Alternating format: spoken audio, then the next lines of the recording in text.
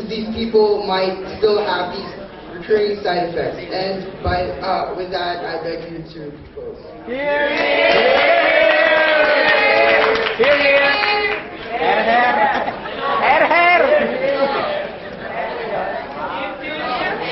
Speaker spoke for 4 minutes and 3 seconds. We thank you, Deputy Prime Minister, for your comments. And to continue the debate for the opposition side, may we now call on the Deputy Leader of the Opposition.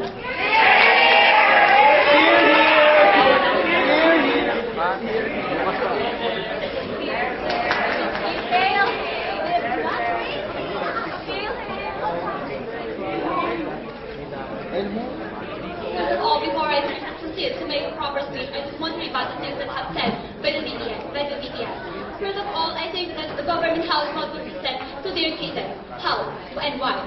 Because regarding the cases of the LO a while ago about the rights of the drug addicts to be accepted in the companies, the DPM said that they are not removing the rights of the drug addict being accepted in the companies.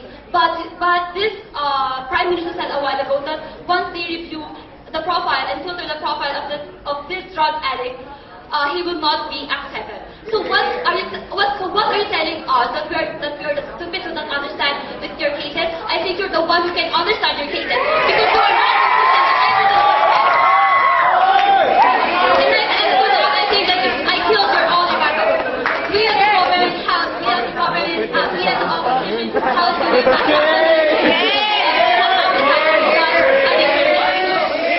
Order. Moving on.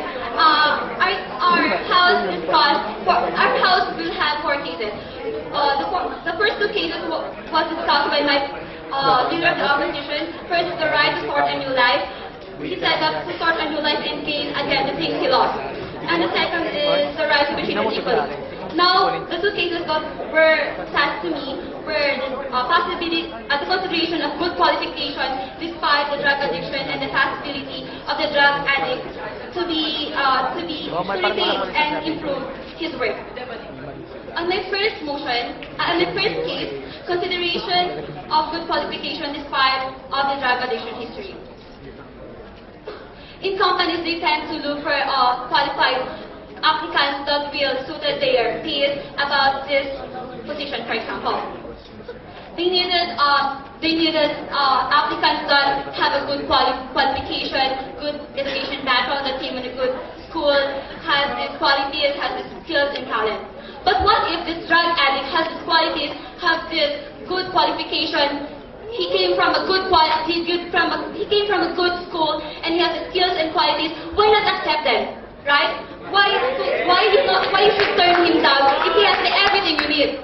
It just happened that he was indulged and engaged in a drug addiction history. Remember that it is history. It happened in the past. It was in the past event. And I think you should not dwell in the past. Be on the present, right?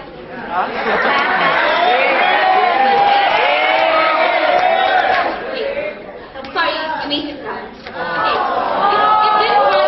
If this drug addict has the qualities experience, he has this work experience, why not turn him down? Why to turn down those people who want to live a new life, right? Later. Okay, like what I said, drug addiction is history. Again, history. It is not about the past events.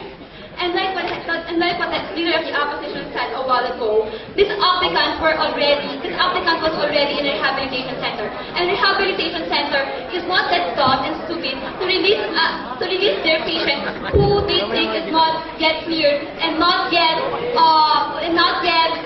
good to be out of the society, right? They will give some proof and permit that this applicant is already cleared of this drug and he can perform well and work well in this company. So why not accept them, right? They are human and they can still do the things that we can do. It just happened that they are just being indulged in this drug addiction history and they can still do whatever they can do. Because they have the qualities and qualifications. And to my second case, possibility to be more efficient. This drug addict who experienced in the past being involved in in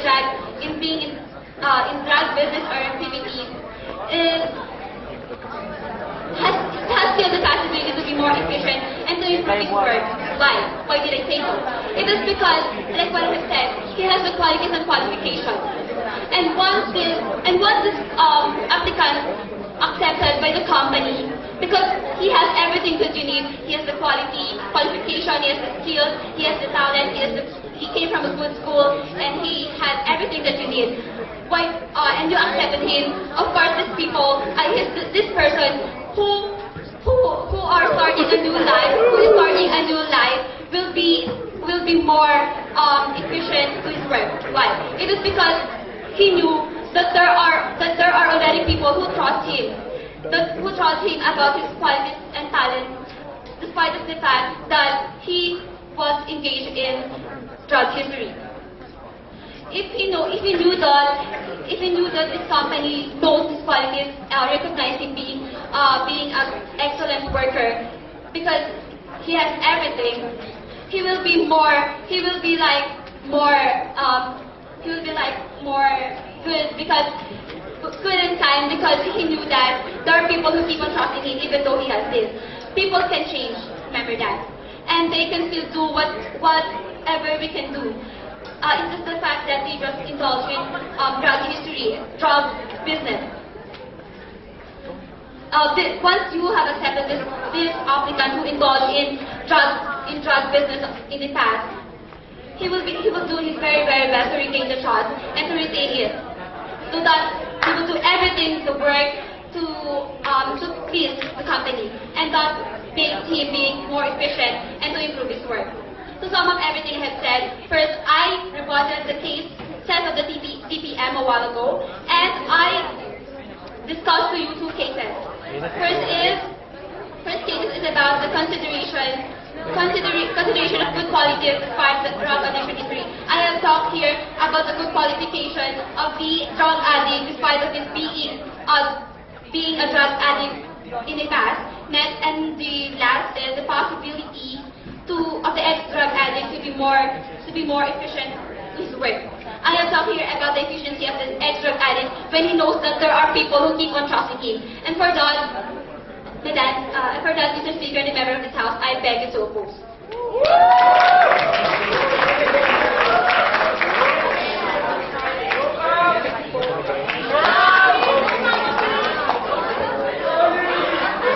Speaker spoke for 6 minutes and 53 seconds. Thank you, Deputy Leader of the Opposition. May we now call in the government whip.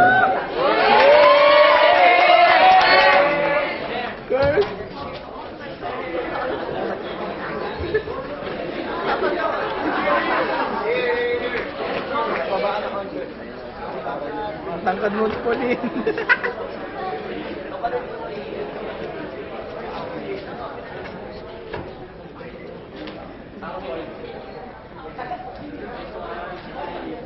Patay ka diya.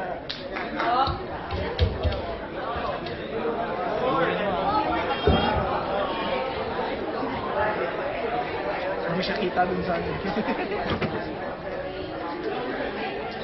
Okay, first let me give the summary of what had happened in the debate. The government side provided cases just like provide a stigma to the people who abuse drugs, and cases which include drug abuse will be lessened if companies won't accept these people with drug addiction history. People will have a good impression. The companies will function more efficiently, while the opposition side presented cases like the right to start a new life, the right to be treated equally, and possibility to be more efficient, and the good qualifications. First, to rebut on the cases of the opposition side, the right to start a new life. Well, I can say, unfortunately, history repeats itself.